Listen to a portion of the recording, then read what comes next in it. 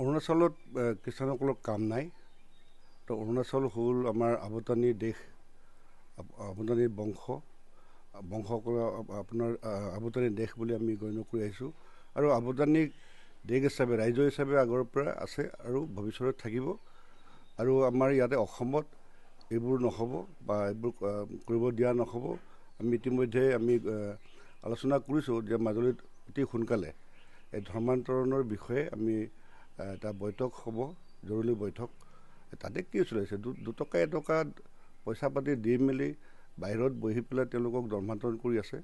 এইটো আমাৰ ভাই ভনীসকলক কৈছোঁ, অৰুণাচলৰ ভাই ভনীসকলক বা আমাৰ অসমৰ যে আমাৰ জাতীয় পৰম্পৰা বা জাতীয় যিটো ৰীতি নীতি এইবোৰ বাদ দি এনেধৰণৰ এটা প্ৰৰোচনামূলক কামত তেওঁলোকে যাব নালাগে। আমি আগতে আহ্বান কৰিছোঁ যে ভৱিষ্যতে আহ্বান কৰি থাকিম। আকৌ পুনৰবাৰ কৈছোঁ, অৰুণাচলত আমাৰ আৱতানী দেশ আৰু আৱতানী দেশ হিচাপে থাকিব। নিশ্চিতভাৱে আমি ষ্টেট লেভেলতো আমি কথা পাতিছোঁৱেই, মই ব্যক্তিগতভাৱে। আৰু মই জনজাতি ধৰ্ম সুৰক্ষা মঞ্চৰ ধেমাজি জিলাৰ সভাপতি হিচাপে ইয়াতে আমাৰ অনৈতিক কনভাৰ্চনৰ কাৰণে আমি কাম চলি আছে। আৰু সেই বিষয়ত আমি মাজুলীত অতি সোনকালে জৰুৰী বৈঠক হ'ব, তাতে কিছুমান সিদ্ধান্ত গ্ৰহণ কৰা হ'ব।